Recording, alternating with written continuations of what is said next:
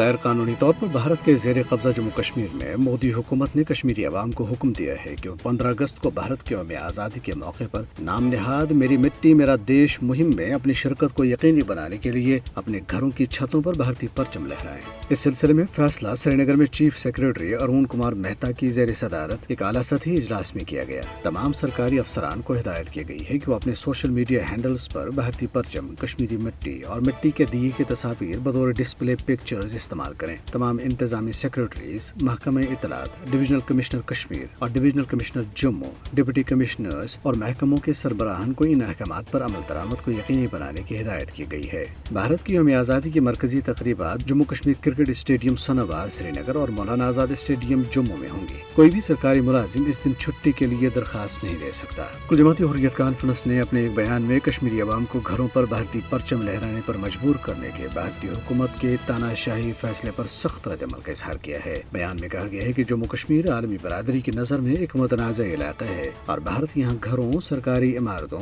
اسکولوں، کالجز اور یونیورسٹیز وغیرہ پر زبردستی بھارتی جھنڈا لہرا کر اس کی متنازع حیثیت کو ہرگز تبدیل نہیں کر سکتا۔ دراصل سری نگر اور مقبوضہ کشمیر کے دیگر علاقوں میں پوسٹرز چسپاں کیے گئے ہیں جن میں لوگوں سے اپیل کی گئی ہے کہ وہ 5 اگست کو یوم استحصال کشمیر کو یوم سیاح کے طور پر منائیں۔ تمام آزادی پسند تنظیموں کی طرف سے چسپاں کیے گئے ان پوسٹرز میں مطالبہ کیا گیا ہے کہ 5 اگست 2019 کے اقدامات کو واپس، اقوام متحدہ کی قراردادوں کے مطابق تنازع کشمیر کو حل، تمام سیاسی نظر بندوں کو رہا اور بھارتی فوج کے مظالم کو بند کیا جائے، اور ساتھ ہی بھارتی سپریم کورٹ کشمیریوں کے حقوق اور ان کے وطن کا خصوصی درجہ بحال کرے۔ پوسٹرز میں انسانی حقوق کی عالمی تنظیموں سے بھی اپیل کی گئی ہے کہ وہ زمینی صورتحال کا جائزہ لینے کے لیے اپنی ٹیمیں مقبوضہ جموں کشمیر بھیجیں۔ جموں کشمیر لبریشن کمیشن کے زیر اہتمام منعقدہ ایک سیمینار کے مقررین نے کہا ہے کہ غیر قانونی طور پر زیر تسلط جموں کشمیر میں بھارت کی فسطائی مودی سرکار کے ہاتھوں انجام دیے جانے والے جرائم کو عالمی سطح پر اجاگر کرنے کے لیے تحریک آزادی کے ابلاغی محاذ کو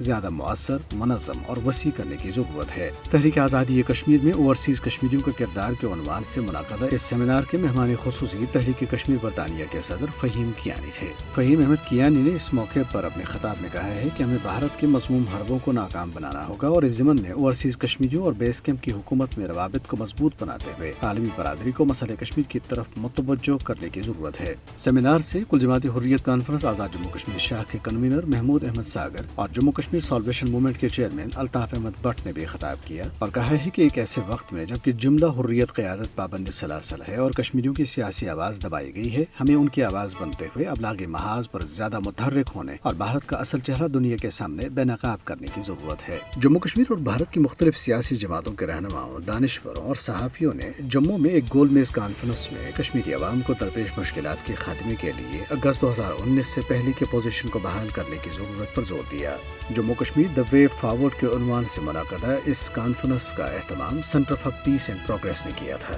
مقررین نے 5 اگست 2019 کو سیاہ دن قرار دیتے ہوئے کہا ہے کہ جموں کشمیر کے ساتھ کالونی جیسا سلوک کیا جا رہا ہے۔ انہوں نے مذاکرات کے ذریعے تنازع کشمیر کا پائیدار حل تلاش کرنے کی ضرورت پر زور دیا۔ کانفرنس میں شرکت کرنے والوں میں یونائٹڈ پیس الائنس کے chairman Mir Shahid Salim, Communist Party of India Marxist کے رہنما محمد یوسف تاریگانی، نیشنل کانفرنس کے رہنما Ratan Lal Gupta, P D P کے رہنما وریندر سنگھ سونو اور دیگر شامل تھے۔